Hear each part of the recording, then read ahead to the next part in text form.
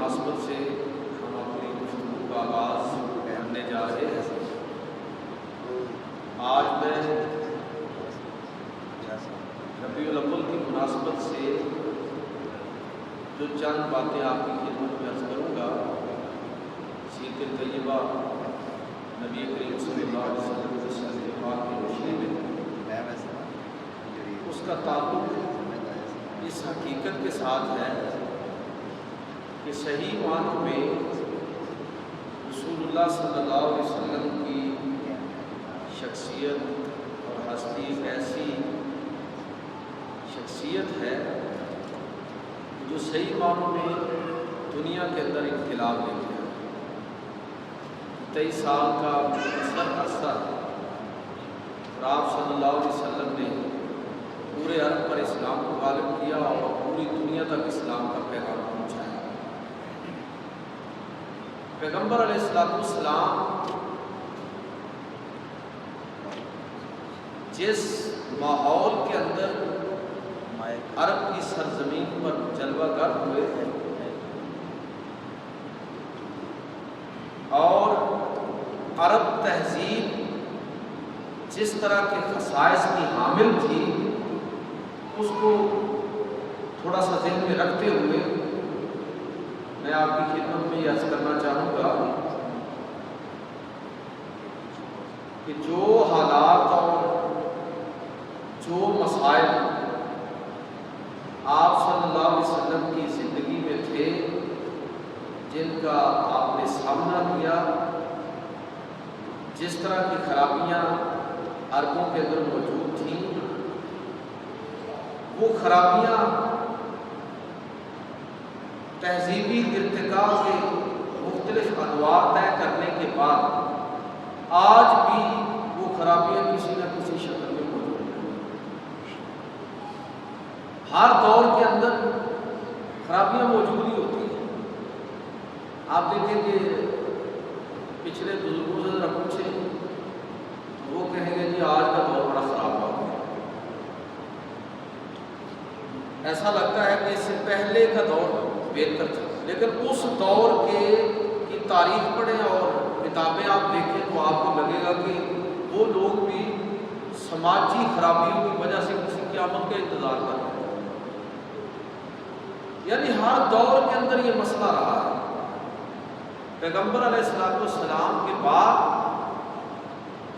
آپ صلی اللہ علیہ وسلم سے بھی اس طرح کی روایات مروی ہے کہ بسا اوقات کوئی زوردار آندھی چلی اور کوئی کسی طوفان کو آپ نے دیکھا،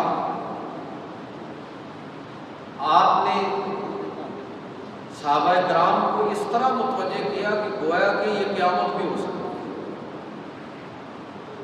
اور بعد کے دور میں مسلسل لوگوں نے یہ سمجھا کہ بس قیامت آیا ہی چاہتی ہے، اس لیے کہ برائیاں اتنی ہو گئی ہیں۔ میں جو بات آپ کی خدمت میں عرض کرنا چاہتا ہوں وہ یہ ہے کہ یہ برائیاں، یہ خرابیاں ہر دور کے اندر رہی ہیں۔ وہ جو اقبال نے کہا تھا نا کہ استیزا کا رہا ہے ازل سے قائم روز، چراغ مصطفی سے شرار بولا، کہ خیر اور شر، حق اور باطل کا مارکا ہمیشہ سے جاری ہے اور قیامت تک جاری رہے گا۔ اور جب تک اس دنیا کے اندر خیر موجود ہے، دنیا قائم ہے، اور جب خیر اٹھا دی جائے گی تو قیامت قائم ہو جائے گی۔ اب میں جو بات عرض کرنا چاہتا ہوں وہ یہ ہے کہ نبی صلی اللہ علیہ وسلم کے دور میں جو خرابیاں تھیں عرب تہذیب کے اندر، عرب معاشرے کے اندر، جن کو آپ نے شکست دی، اور ان ساری خرابیوں کو مغلوب کرنے کے بعد خطبہ حجۃ الوداع کے موقع پر جب آپ صلی اللہ علیہ وسلم نے یہ اعلان فرمایا کہ لوگوں کل امر الجاہلیت موضوعۃ تحت قدمی، لوگوں جاہلیت کی ہر قدر میرے پاؤں کے نیچے ہے، میں جاہلیت کی ساری قدروں کو روند کر شکست دے کر اس دنیا سے جا رہا ہوں۔ تو وہ جاہلی قدریں کیا تھی؟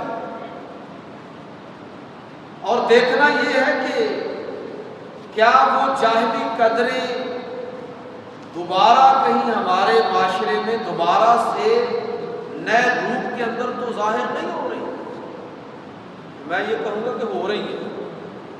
ہر دور کے اندر وہی بیماریاں، وہی خرابیاں، وہی مسائل، وہی سماجی رویے جو پہلی قوموں کے اندر تھے، وہ دوبارہ نئے روپ کے اندر نئے انداز میں ظاہر ہوتے ہیں۔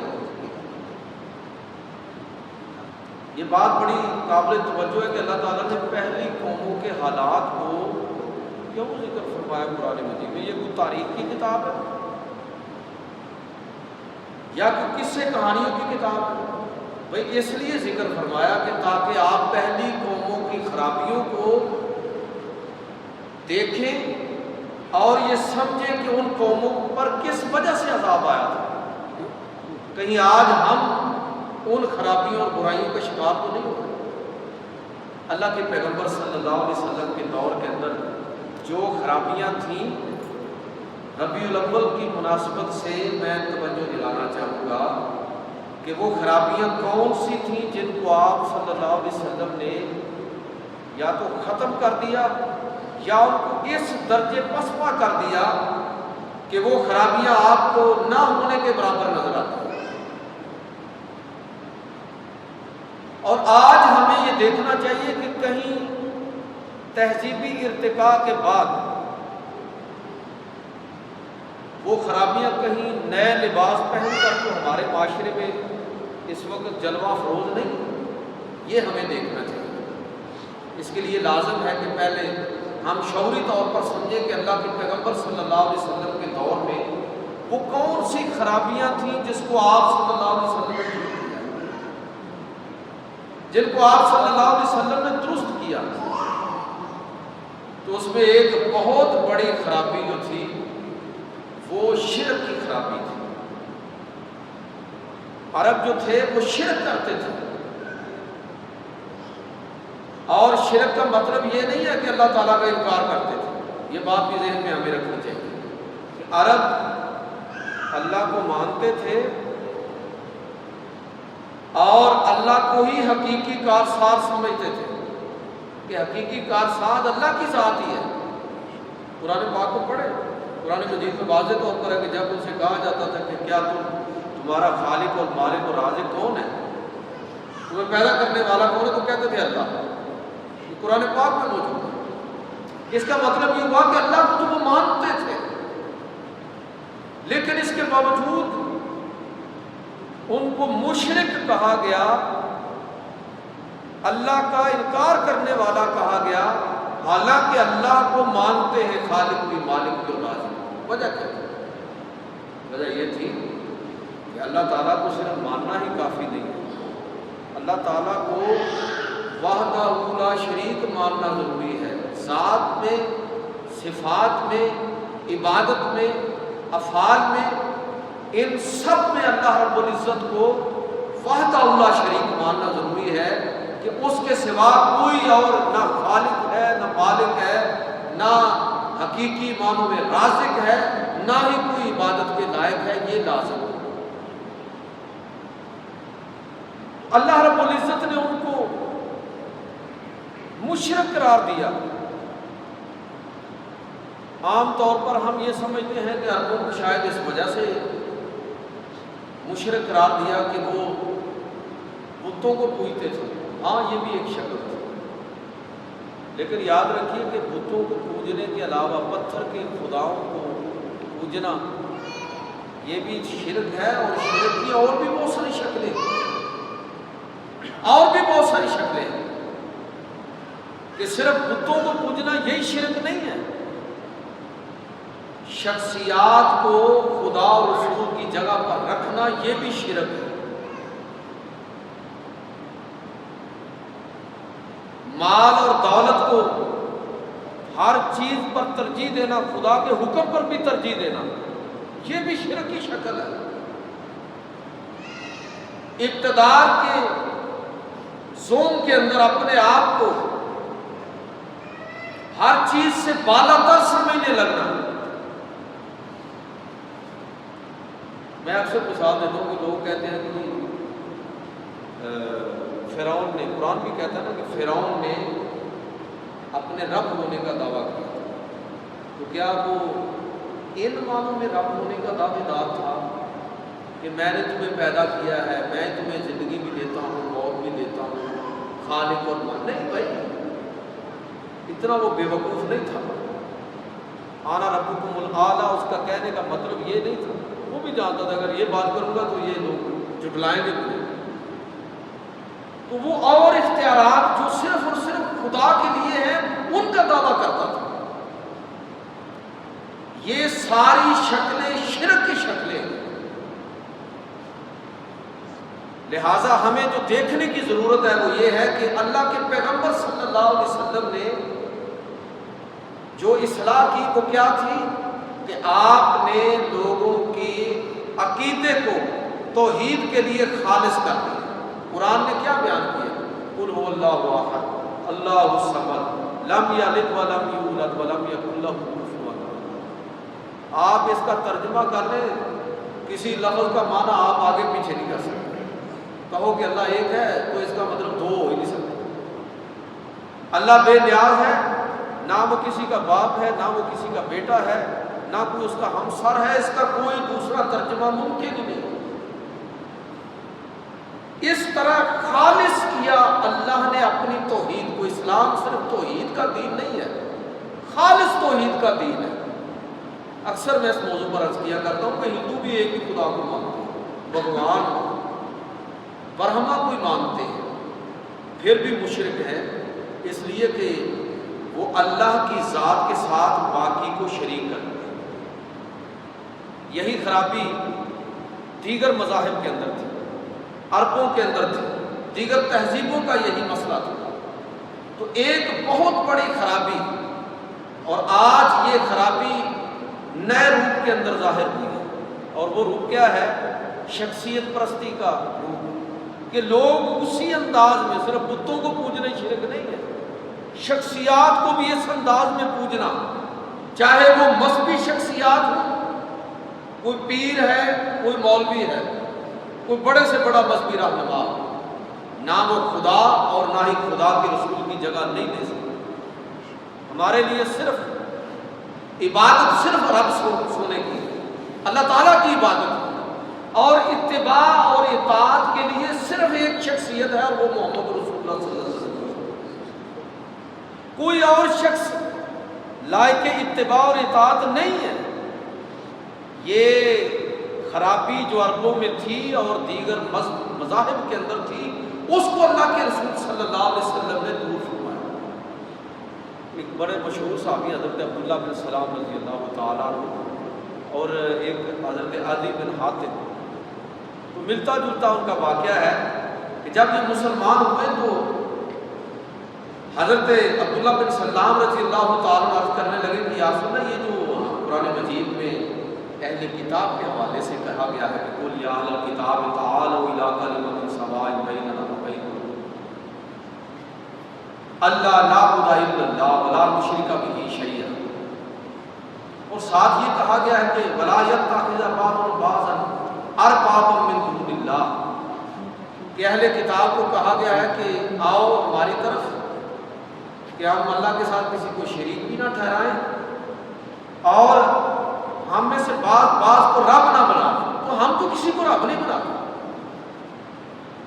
ہم تو کسی کو رب نہیں بناتے تھے، اس کا کیا مطلب ہے؟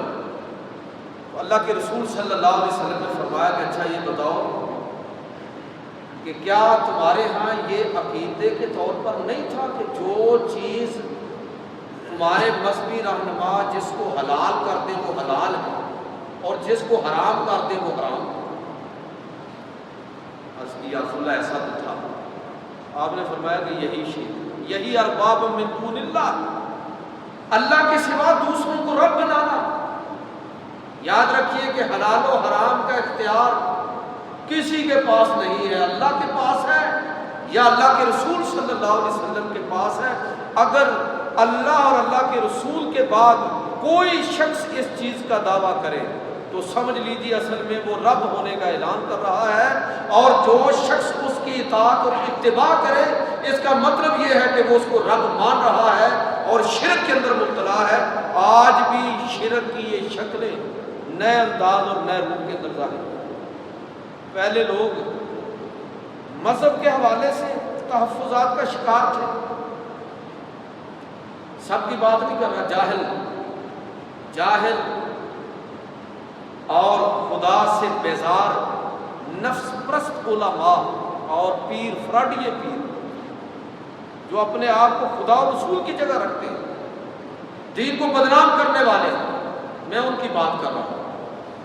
تو جو وہ ہیں وہ بھی رستے سے ہٹے ہوئے، اور جو ان کے پیچھے ہیں ان کو بھی اللہ ہدایت عطا فرمائے۔ یہ مذہبی رہنماؤں کے حوالے سے، اور بالکل اسی طرح آج ایک نیا فتنہ ہمارے اس دور میں زیادہ شدت کے ساتھ ظاہر ہوا۔ پہلے لوگ فرقہ پرستی کے اندر مبتلا تھے، آج کل مذہبی فرقہ پرستی سے بھی زیادہ سیاسی فرقہ پرستی آ گئی۔ لوگ سیاسی رہنماؤں کو اس مقام پر رکھ رہے ہیں جو مقام اللہ کے لیے ہے اور اللہ کے رسول صلی اللہ علیہ وسلم کے لیے۔ اس سے بڑی اور بدقسمتی اور کوئی نہیں ہو سکتی۔ میں جو بات آپ کی خدمت میں عرض کرنا چاہتا ہوں وہ یہ ہے کہ اس چیز کو سمجھنے کی ضرورت ہے کہ اللہ کے رسول صلی اللہ علیہ وسلم نے کون سی خرابیاں تھیں جن خرابیوں کی آپ نے تصحیح فرمائی، اصلاح فرمائی۔ اس میں ایک بہت بڑی خرابی کیا تھی؟ شرک کی صورت میں، اور وہ شرک صرف یہی شرک نہیں ہے جس کی اسلام نے مذمت کی کہ لوگ بتوں کو پوجتے تھے۔ بھائی بتوں کو پوجنا بھی شرک ہے۔ کسی مذہبی سیاسی رہنما اور لیڈر کو خدا و رسول کی جگہ سمجھنا اور ان کے حکم کو اسی طرح ترجیح دینا، اپنے علاقائی خاندانی تہذیبی رسم و رواج کو خدا و رسول کے حکم پر برتری دینا، اور یہ کہنا کہ جی یہ ہمارا، کیونکہ ہمارے ہاں یہ رواج نہیں ہے۔ اس کا مطلب یہ ہے کہ آپ کا رواج خدا و رسول سے برتر ہے۔ یہ شخص شرک کے اندر مبتلا ہے، اور اللہ کے نبی صلی اللہ علیہ وسلم نے شرک کی مذمت فرمائی، شرک کی مذمت فرمائی حضور صلی اللہ علیہ وسلم، اس کا خاتمہ کر کے اس دنیا سے رخصت ہوئے۔ لہٰذا ایک قدیم جاہلیت تھی اور ایک جدید جاہلیت ہے۔ جو قدیم جاہلیت نئے لباس پہن کر آج ہماری سوسائٹی کے اندر، ہمارے معاشرے کے اندر جلوہ افروز ہو رہی ہے، اور ہم میں سے بہت سارے لوگ اسی پرانے شرک اور کفر کے اندر مبتلا ہوتے ہیں۔ ایک اور بہت اہم چیز جس کی تصحیح اللہ کے نبی صلی اللہ علیہ وسلم نے، جس کی اصلاح فرمائی، وہ کیا تھا؟ وہ یہ تھی کہ نبی صلی اللہ علیہ وسلم نے نسلی تفاخر کے خاتمے کا اعلان فرمایا۔ ایک گلوبل اور عالمگیر معاشرے کی بات کی۔ وہ معاشرہ، وہ مذہب اور وہ دین جو اپنے عالمگیر ہونے کا اعلان کر رہا ہے، جس میں اللہ کا تعارف اس طرح پیش کیا جا رہا ہے کہ لوگوں، اسلام جس اللہ کا اور جس رب کا ذکر کر رہا ہے، وہ اللہ اور وہ رب صرف مسلمانوں کا رب نہیں ہے، پوری انسانیت کا رب، رب العالمین ہے۔ پہلی صورت ہی آپ کیا پڑھتے ہیں؟ الحمدللہ رب العالمین، پوری انسانیت کا رب۔ جس پیغمبر کی بات کی جا رہی ہے، جس کو سب کے لیے قابل نمونہ ٹھہرایا جا رہا ہے، وہ پیغمبر صرف مسلمانوں کا پیغمبر نہیں ہے، پوری انسانیت کا پیغمبر ہے، سب انسانوں کا رہبر رہنما ہے۔ اور وہ اس پیغمبر کا تعارف یہ ہے کہ وَمَا أَرْسَلْنَاكَ إِلَّا رَحْمَةً لِّلْعَالَمِينَ، وہ رحمت للعالمین ہے، سب جہانوں کے لیے رحمت ہے، صرف مسلمانوں کے لیے رحمت نہیں ہے۔ جس کتاب اور کتاب انقلاب کی بات کی جا رہی ہے، اس کتاب انقلاب کا تعارف کس طرح کروایا جا رہا ہے کہ یہ مسلمانوں کے لیے نازل نہیں ہوئی، یہ عربوں کے لیے نازل نہیں ہوئی، یہ کسی قبیلے اور خاندان کے لیے نازل نہیں ہوئی، یہ ذکر للعالمین ہے، سب جہان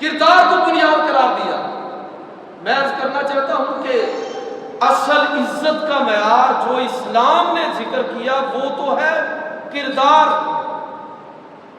وہ تو ہے نیکی، لیکن دنیا نے عزت کا معیار کس کو بنایا جاہلیت کے اندر؟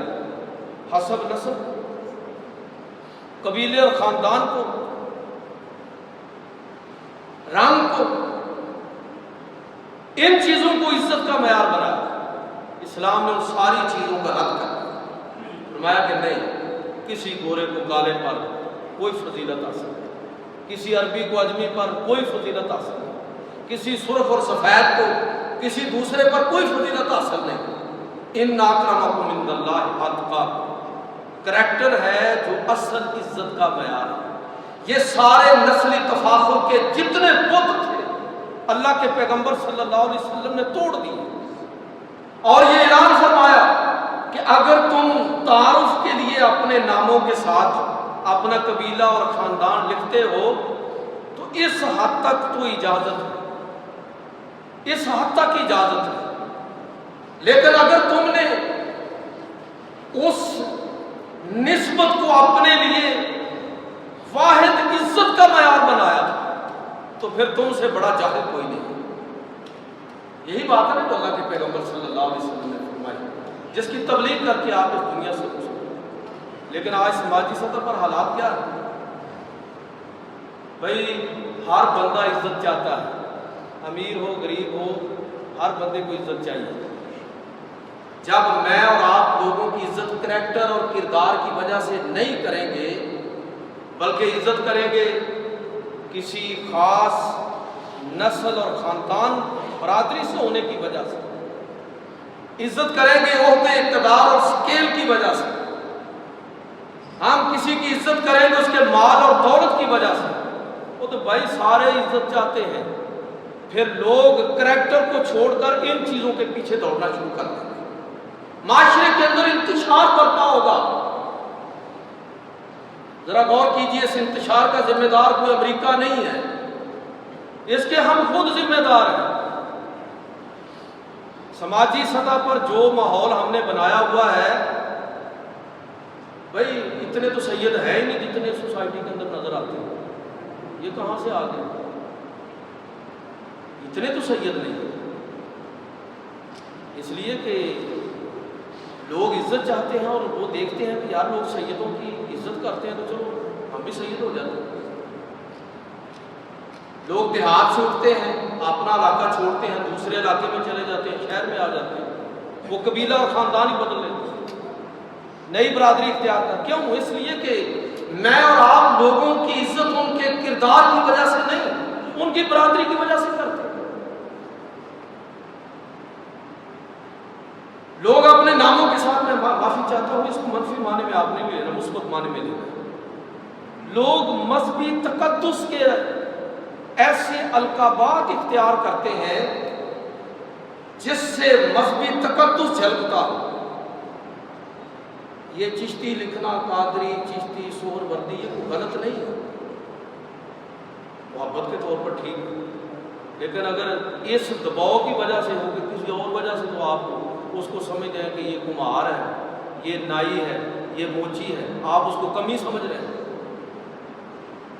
آپ اس کے عہدے کی عزت کرنے کی بجائے آپ اس کو کمی سمجھ رہے ہیں، تو پھر وہ کوئی نہ کوئی مذہبی تقدس اس کا لبادہ اڑے گا، کوئی نسلی عصبیت اختیار کرے گا، کوئی ایسا روپ اختیار کرے گا۔ اگر کچھ نہیں ہوئے گا تو پھر وہ دیکھے گا کہ دولت کی وجہ سے عزت ہے، گاڑی کی وجہ سے، کوٹھی اور جائیداد کی وجہ سے، تو چلو حلال و حرام کو چھوڑو، جائے باڑ میں۔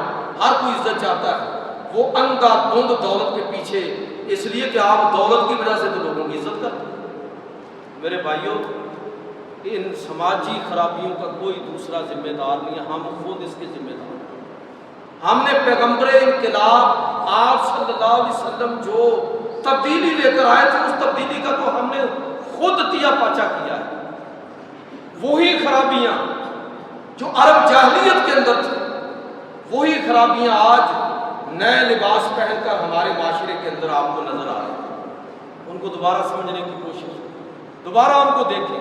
اسی جاہلیت کے اندر ہم مبتلا ہیں جو جاہلیت اللہ کے رسول صلی اللہ علیہ وسلم کے لیے چیلنج بنی تھی، جو آپ صلی اللہ علیہ وسلم کے دور میں ہمیں نظر آتی ہے، وہ جاہلیت آج بھی کسی نہ کسی انداز میں موجود ہے۔ تو اگر ہم واقعتاً ہی حضور سید عالم صلی اللہ علیہ وسلم سے اسی طرح محبت کرتے ہیں تو پھر اس انقلاب کی حقیقت کو سمجھیے۔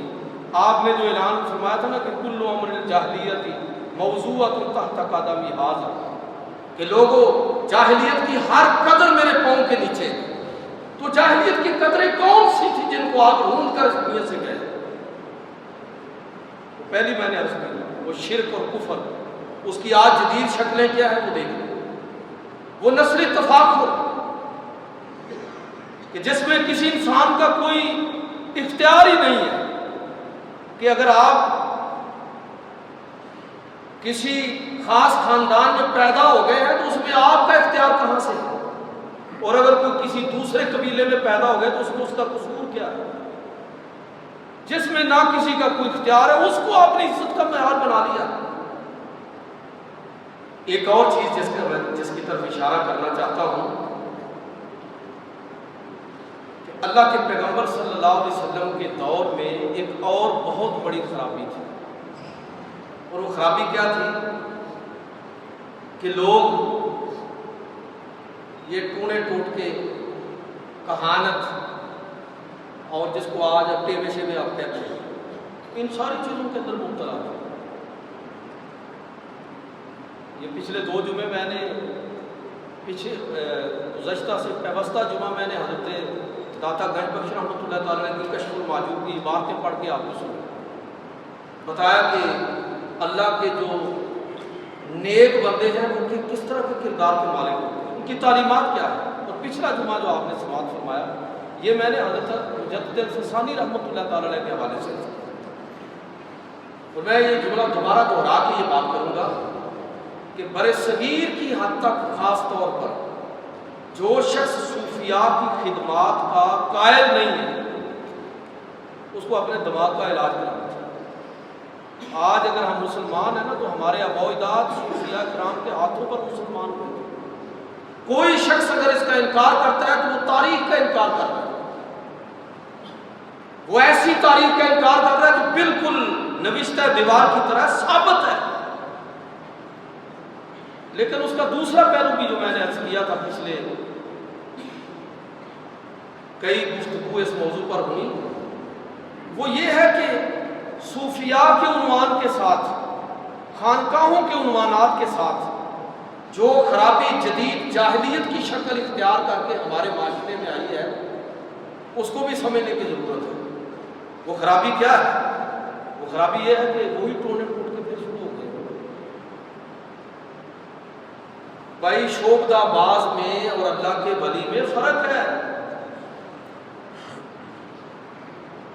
ایک جملے میں اگر میں فرق عرض کروں تو وہ اللہ کے ولی صاحب علم اور صاحب کردار ہوتا ہے۔ کوئی جاہل صوفی نہیں ہو سکتا، کردار سے عاری کوئی شخص مقتدا نہیں ہو سکتا، شیخ نہیں ہو سکتا۔ سارے صوفیاء کی زندگیوں کو آپ پڑھیں، آپ کو یہی چیز نظر آئے۔ عرب کے اندر جو بیماری آ گئی تھی جس کو اللہ کے نبی نے صاف کیا وہ کیا تھی کہ لوگ جا رہے ہیں دوسروں کے پاس جادو ٹونے کے لیے، کہانت کے لیے، غیب کی خبریں پوچھنے کے لیے، جی آگے کیا ہوگا، جی آگے کیا ہوگا۔ اور میں عرض کرنا چاہوں گا کہ جو شخص غیب کا دعویٰ کرے وہ خدائی کا دعویٰ کر رہا ہے۔ یہ دعویٰ تو پیغمبروں نے بھی نہیں کیا۔ اللہ کے پیغمبروں کے پاس بھی وہی علم تھا جو اللہ کی طرف سے ان کو عطا کیا گیا، اور اللہ نے سب سے بڑھ کر اپنے پیغمبروں کو علم سے نوازا، اور سارے پیغمبروں سے بڑھ کر محمد عربی صلی اللہ علیہ وسلم حضور سے زیادہ کسی شخص کے پاس علم نہیں تھا۔ ان سب کے باوجود کبھی پیغمبروں نے اللہ سے ہٹ کر علم غیب کا دعویٰ نہیں کیا، جو شخص یہ دعویٰ کرے، عرب کی قدیم تہذیب کے اندر جنہوں نے یہ دعویٰ کیا وہ بھی اصل میں مشرک تھے، خدا ہونے کے دعوے دار تھے۔ آج بھی اگر کوئی شخص یہ دعویٰ کرے تو اس کے پاس جانے والا بھی اپنی خیر منائے۔ صحیح مسلم کی روایت ہے کہ اگر کوئی شخص کسی کاہن کے پاس، کسی جادوگر کے پاس، کسی ٹونے ٹوٹکے والے کے پاس چلا جائے تو 40 دن کی عبادت کی خیر منائے۔ آپ سوچئے ذرا کہ جدید دور کے اندر قدیم جاہلیت کس طرح دوبارہ سے ظاہر ہو رہی ہے، کس طرح دوبارہ نئے روپ کے اندر ہمارے سامنے آ رہی ہے۔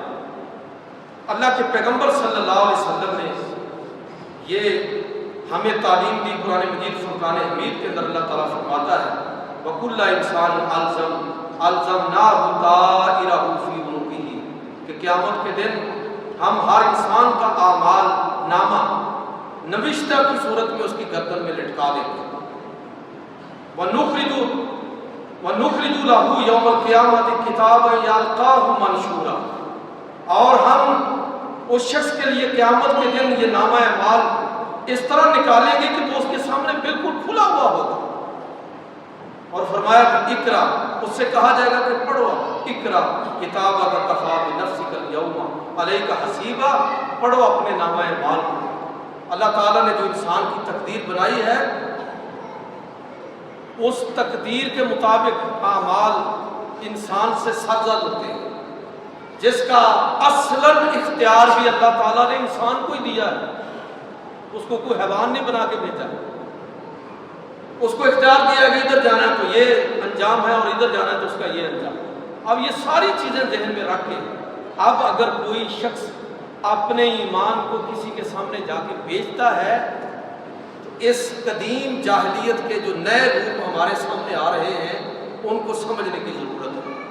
بہرحال ساری گفتگو کا خلاصہ یہ ہے، میں بات کر نہیں پایا کہ ایک اور بات کرنا چاہ رہا تھا، اس کا ٹائم نہیں بنا، کہ نبی کریم صلی اللہ علیہ وسلم کے دور کا جو تہذیبی منظرنامہ ہے اس کو دیکھیں، اور یہ ابھی جو ٹرانسجنڈر کی صورت میں ایک نیا فتنہ پاکستان کے اندر آیا ہے، موقع ہوا تو انشاءاللہ اگلے جمعے اس پر بات کروں گا۔ ایک اور بات کر کے ختم کروں، یہ کم از کم یہ کامن ویلتھ گیم کے بعد ابھی آئے ہیں ہمارے بڑے مہربان اور نو بٹ صاحب بھی آئے ہیں۔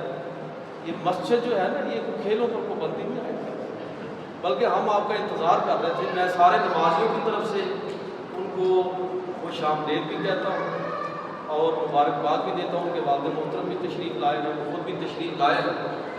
میرا تو جی چاہتا ہے کہ مسجد کے ساتھ جو ہے نا، میں نے آپ کا انٹرویو سنا ہے، آپ نے کہا کہ مسجد کے ساتھ کوئی جم وغیرہ بھی ہونا چاہیے۔ مسجد نبوی کے اندر نیزہ بازی کے مقابلے ہوتے تھے، ہم نے مسجدوں کو نا بس مخصوص قسم کے، میرا جی تو چاہتا ہے کہ یہ سامنے اتنا اچھا باغ ہو کہ ہمارے بچے ادھر کھیلنے کے لیے آئے، نہ پڑھے نماز، آ جائیں گے نماز کی طرف۔ آپ لوگ رولا ڈالتے ہیں جی بچوں کو پیچھے کرو، ادھر کرو ادھر کرو۔ یہ مسجدوں کا بھی تصور عجیب و غریب ہو گیا نا۔ یہ ساتھ باغیچہ ہم نے جان بوجھ کے بنایا، یہ ساتھ آپ سے بعد میں مشورہ کریں کہ جم بنانا بنائیں، جم بنائیں، مسجد کے ساتھ بنائیں۔ یہ اسلام جو ہے وہ فنون لطیفہ کی کوئی حوصلہ شکنی نہیں کر رہا۔ یہ کبھی موضوع ہوا نا تو میں اس پر بات کروں گا کہ اسلام کس طرح آپ کی، یہ صحیح صاحب ایک دن بات کر رہے تھے کہ یار کوئی ایسا اسلام نہیں ہو سکتا کہ ہم زندگی کو انجوائے بھی کریں اور مسلمان بھی رہیں۔ سوال بڑا دلچسپ ہے کہ ہم زندگی کو انجوائے بھی کریں اور پھر بھی ہم مسلمان رہیں۔ تو میں نے کہا کہ ایسا اسلام موجود ہے، اور اسلام اتنا تنگ مذہب نہیں ہے کہ وہ چیزوں کو اس انداز میں نہ دیکھتا ہو۔ موقع ملا تو اگلے جمعے میں فنون لطیفہ کے حوالے سے بھی کچھ عرض کروں گا، باقی چیزوں کے حوالے سے بھی۔ تو یہ میں سارے نمازیوں کی طرف سے آپ باپ بیٹے سب کو مبارکباد دیتا ہوں اور آپ کو خوش آمدید کہتا ہوں۔ آپ ہمارے ملک کا اور ٹاؤن کا تو فخر ہے، چلو ٹھیک ہے، مگر ملک کا بھی فخر ہے۔ اللہ تعالیٰ آپ کو سلامت رکھے اور مزید کامیابی سے